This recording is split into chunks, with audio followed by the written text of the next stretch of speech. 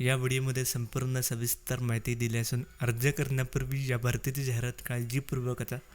या भरतीशी संबंधित अधिक माहिती करता नोटिफिकेशनची लिंक दिली आहे आणि जॉब अपडेट मिळवण्यासाठी टेलिग्राम चॅनलला जॉईन करा, जेणेकरून सर्व डेली जॉब अपडेट मिळत राहतील.